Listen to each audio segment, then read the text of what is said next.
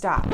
Do not pick a school before watching this video. Charter school, magnet school, online public school, private schools, home schools, neighborhood public schools, and then open enrollment into neighborhood public schools? How exactly do you choose in a state with so many choices? Hey everybody, it's Alyson Wahl with Live South Denver, your real estate strategist and realtor for the South Denver area. The abundance of choices we have here in Colorado really are quite a blessing. However, the conversations I'm having with relocating buyers tell me that the feeling is one that is often overwhelming when it comes to choosing a school. Having personally been there, done that, and guided so many families on how to work through this process, here are some tips to help you be and feel successful. First up, let's start with the obvious. Let's look at the school's ratings. School ratings are often available now on real estate portals, so when you're looking online at homes, you can often find the related school to a particular home and click through or even see right there what the ratings are for the school. So that's a first line of defense, right? You can dig in right on that page if you like a home and see whether the school is one you would ever put your kid in or not.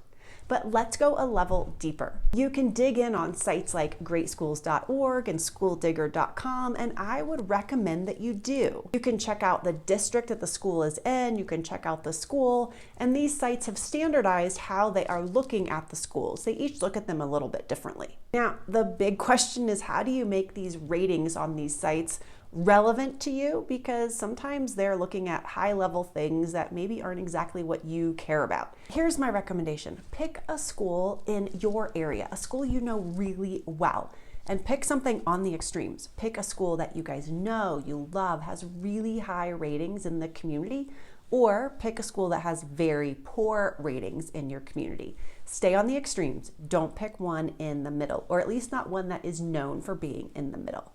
Then go rate it in greatschools.org or schooldigger.com.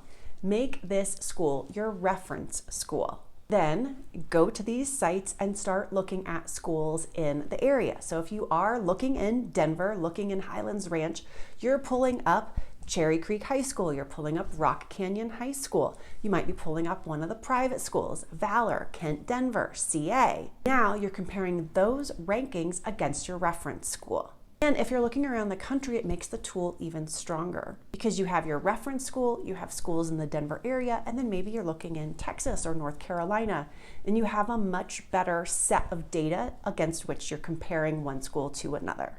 Last point on this topic about digging in on ratings, make sure you're looking at both the district ranking and the individual school, okay?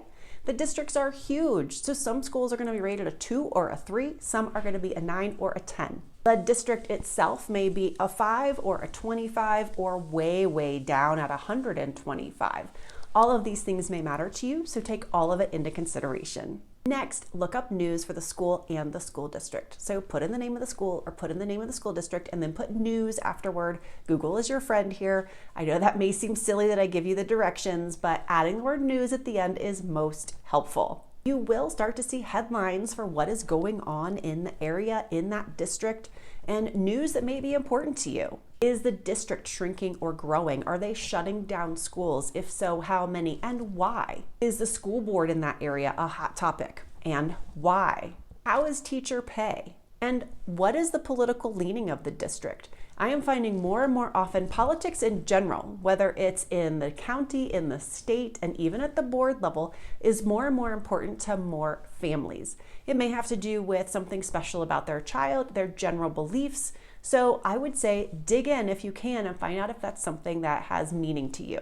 Third, we move on from talking about the school to talking about your beautiful children. A lot of us grew up without school choice, any school choice or much school choice, and the state that you are in determines a lot of that too. There are states without any school choice even today. Colorado is different. We are an open enrollment state, so by law, border to border, you can choose to have your child enrolled in any public school. Now, they do not automatically get that. The spot is not guaranteed, but the request can be made subject to each district's timing and their system and their space availability. Between 15 and 20% of our students use the open enrollment system, and between another 15 and 20% of our students use our charter school system. So we Coloradans really leverage, use, and appreciate our school choice options here. Some of my favorite questions you may want to reflect on if you have learners at home include, how does your child learn best? Do you find them to be more visual? Do you find they really love to be physical or kinesthetic when they learn? Do they love to have opportunities to have quiet time to learn and absorb? Or is it really important that they use friend networks and social time to learn well? What does your child love to learn? If you have a really little one at home, at this point, they love everything, right? The world is their oyster. Everything's exciting. That phase is so fun. As your kids get older, you will probably start to see that they have some true and natural bents toward certain things. We have 2 kids, and we actually saw pretty early on just how different they were. As they got a little older, we could clearly see that one was oriented toward a STEM or STEAM style of learning, and the other one was oriented toward what we would call a more classical education, the humanities, literature, the arts. Third, what are the social needs for your child? Do you and your child have preferences for school size and class size? Our kids, when they were younger, started off in a very small school. When they were little, we loved it, and I think they thrived in that environment. But as they got a little older, they were telling us they didn't love having so few friend options. Of course, we all know that friends have friction, especially when you're young and you're testing out boundaries and trying things out, and people have very different personalities, and kids in particular are trying to figure out who they are, right? So for us, that caused us to make a change. It was one of the reasons we made a change for our kids. They went to a bigger school. They both loved having the bigger school environment and more friends. On the flip side, I have a client. They have just moved here. For a few years, they have homeschooled. They're looking at high school, but their student doesn't really want to go into a high school, would rather stay in a homeschool setting. They don't love the size of high school. They're looking for just a larger homeschool setting to give them a few more friends to connect with. And then number 4 are the practical matters. This is really important, and particularly for you as the parent. What is the schedule of the school? If you're going to look at a charter school, they often have longer days than a traditional elementary or a middle school. And a lot of charter schools are K through 8, so your child will be going there for many years. Are you okay with that longer schedule?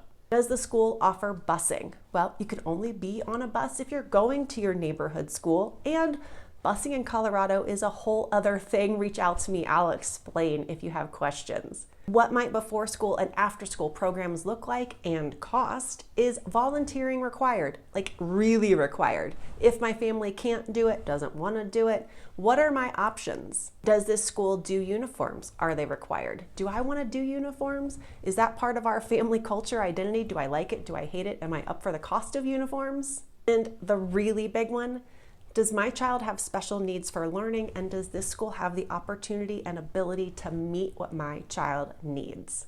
This section has a lot to it. We kind of just scratched the surface, but with so many schooling options, this is a part where you really get to dig in, do some self-reflection, look at your child or your children. In our case, we were able to have 2 different schools for our kids during their middle school years because of their learning styles. The schedules aligned, so we just kind of made one big loop, dropped off one. It was a 12-minute commute to the next school. It started about 15 minutes later, so we dropped off the next one, and pickup times were similarly staggered. So our kids went to 2 different schools to meet their 2 different learning styles and needs, and that was amazing. One, not every family can do that, but for those who can, do you know what a difference it made in our kids' lives? These were free schools. We didn't pay for 2 different private school educations for our kids. So I just want you to think creatively and think wonderfully about what might work for your kids if that's something you want, if that's something you can have access to or want to strive for. A lot of families just want their kids to go to a STEM school because they know that technology and computers is the wave of the future, and by golly, my kid is gonna be prepared. Great. Which STEM school and why? So take this section to heart and really dig in on what's going to be best and how it's going to fit your family, and where do you want to land, or how far do you want to commute, because you're going to commute and do all the driving yourself if you go to the non-neighborhood school. So for many families, the general area, maybe the commute time, and most certainly how the house looks and feels and fits the family are usually the very, very top criteria for where they're going to end up, where they're going to live. But sometimes a specific catchment area to a specific school is one of the very top filters for where a family is going to live. And so since we're talking about schools, let's talk more about what that could look like. If you are absolutely certain you want to live in one area to feed into one school, then make sure you are going to visit that school too before you make that final decision. Don't go just off ratings. Don't go just off things you've heard. Don't decide based on a club or an activity. Get in and meet the leadership. Let's get the culture fit right, because you are making a huge financial decision, a huge long-term decision. So visiting is one of the other key components to making a school decision, especially if you're deciding on the location of your home based on that. When you get in for your visit, you may want to ask questions about the culture of the school, how the school day is structured. For young kids, you're maybe looking for how much downtime do they get? How much time do they get to get some energy out and then come back to a learning environment? For older kids, high school age kids, you might be looking for, do they have a study hall? Do they have a rotating schedule? Is it something more like a college environment or not? Ask questions about the school leadership. Hopefully you're talking to school leadership. Maybe school diversity is of interest to you. Find out more about extracurriculars. Of course, going back to learning needs support, if that's important to your family, dig in on that very intensely. If you are learning about high school specifically, ask about accreditations for the school, for specific programs. Learn more about their college acceptance ratio. How many of their kids get scholarships to school? What kind? Are they athletic, academic? Which competitive sports do they offer? What are their clubs? What are their activities? And many schools offer specialty tracks, an extra level of accommodation or note on their transcripts. So find out if that's something that the school may offer as well. Last, big asterisk, note, highlighter, ask if the district has any plans to redraw the boundary lines to this school. The person you're talking to may know, they may not know, but ask the question. You certainly don't want to buy and then find out all of a sudden you're out. They tell you, oh, you're going to the high school next door. That defeats all the work that you've just put in. So ask the question. We started our list with a common sense one, right? Look at ratings. We're gonna round out with a common sense one, which is talk to others. But this one, if you're not local, can seem a little bit harder. So here are some of the tips for that. If you're able to come in town and you're taking tours, whether it's of neighborhoods or schools or for your interviews for jobs, take a chance to get in the neighborhoods of the schools that you're interested in, drive around, snag any of those people that are outside grabbing mail and trash cans, walking dogs, and ask them what they know about the schools you're interested in.